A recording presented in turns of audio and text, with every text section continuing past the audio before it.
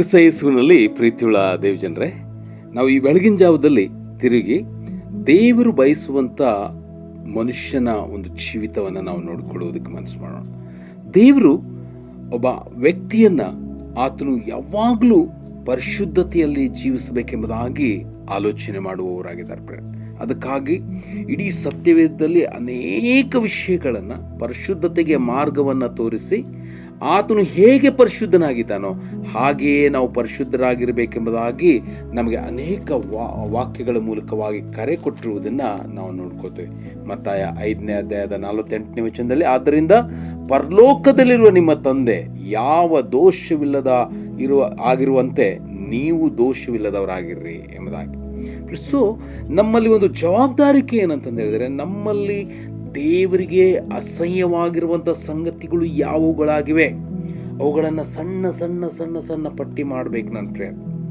ಯಾಕಂದ್ರೆ ದೇವರು ಎಷ್ಟು ಸೂಕ್ಷ್ಮ ಅಂತಂದು ಹೇಳಿದ್ರೆ, ನನ್ನ ಸಮೀಪಕ್ಕೆ ಬರುವಾಗ ನಿಮ್ಮ ಕಡೆ ಅಶುದ್ಧತೆ ಏನಾದರೂ ಇದ್ದರೆ ಅದನ್ನು ತೆಗೆದು ಹಾಕಿ ಬನ್ನಿರಿ ಎಂಬುದಾಗಿ ಇಡೀ ಸತ್ಯವೇದ ಮೂಲೆಗಳಲ್ಲಿ ಹೇಳುವುದನ್ನು ನಾವು ನೋಡ್ಕೊಳ್ತೀವಿ. ಅದಕ್ಕಾಗಿ ನಾವು ಬಹಳ ಪ್ರಾಮುಖ್ಯವಾಗಿ ನಾವು ಯಾವ ವಿಷಯಗಳಲ್ಲಿ ಅಶುದ್ಧತೆ ನನ್ನ ಕಡೆ ಇದೆ ಅವುಗಳನ್ನು ತೆಗೆದು ಹಾಕಿ ದೇವರ ಮುಂದೆ ಪರಿಶುದ್ಧತೆಯನ್ನು ಹೊಂದಿಕೊಳ್ಳುವುದಕ್ಕೆ ಬಹಳಷ್ಟು ಇಷ್ಟ ಉಳ್ಳವರಾಗಿರ್ಬೇಕು.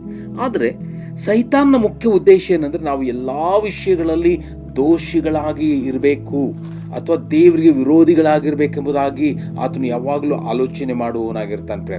ಅದಕ್ಕಾಗಿ ನಾವು ಬಹಳಷ್ಟು ಎಚ್ಚರಿಕೆಯನ್ನು ವಹಿಸಬೇಕು.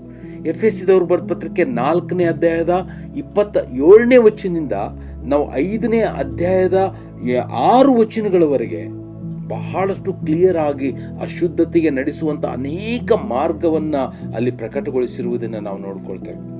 ನಾವು ಅದಕ್ಕೆ ಅಲ್ಲಿ ಬರೆಯಲ್ಪಟ್ಟಿದೆ. 5ನೇ ಅಧ್ಯಾಯದ 3ನೇ ವಚನದಿಂದ ನೋಡುವಾಗ, ಯಾವ ವಿಷಯವಾದ ಜಾರತ್ವ, ಯಾವ ವಿಧವಾದ ಬಂಡುತನ, ದ್ರವ್ಯಾಶೆ ಇವುಗಳ ಸುದ್ದಿಯಾದರೂ ನಿಮ್ಮಲ್ಲಿ ಇರಬಾರದು. ಇವುಗಳಿಗೆ ದೂರವಾಗಿರುವುದೇ ಪರಿಶುದ್ಧ ಜನರಿಗೆ ಯೋಗ್ಯವಾದದ್ದು. ಹೊಲಸು ಮಾತು, ಹುಚ್ಚು ಮಾತು, ಕುಚೋದ್ಯ ಮಾತು ಇವುಗಳು ಬೇಡ, ಆಯುಕ್ತವಾಗಿವೆ. ಇವುಗಳನ್ನು ಬಿಟ್ಟು ದೇವರಿಗೆ ಉಪಕಾರ ಸ್ತುತಿ ಮಾಡುವುದು ಉತ್ತಮ.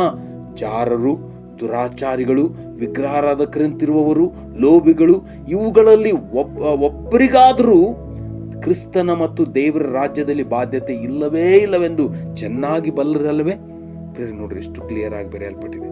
ಸೊ ಸೈತಾನ್ನ ಮುಖ್ಯ ಉದ್ದೇಶ ಏನಂದ್ರೆ, ನಾವು ದೇವರಿಗೆ ವಿರೋಧಿಗಳಾಗಿರ್ಬೇಕು. ಅದಕ್ಕೆ ಅಲ್ಲಿ ಬರೆಯಲ್ಪಟ್ಟಿದೆ, ಸೈತಾನನಿಗೆ ಒಳಗಾಗಬೇಡ್ರಿ, ಸೈತಾನ್ಗೆ ಅವಕಾಶ ಕೊಡಬೇಡ್ರಿ.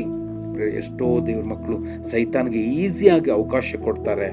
ಅವರ ಜೀವಿತದಲ್ಲಿ ಎಚ್ಚರಿಕೆ ಇಲ್ಲದೆ ಇರುವುದರಿಂದ ಅಶುದ್ಧವಾದಂಥ ಸಂಗತಿಗಳಿಗೆ ಒಳಪಟ್ಟು ದೇವರಿಗೆ ವಿರೋಧಿಗಳಾಗಿರ್ತಾರೆ. ಈ ಕಾರಣ ನಾವು ಬಹಳ ಎಚ್ಚರಿಕೆಯನ್ನು ವಹಿಸೋಣ.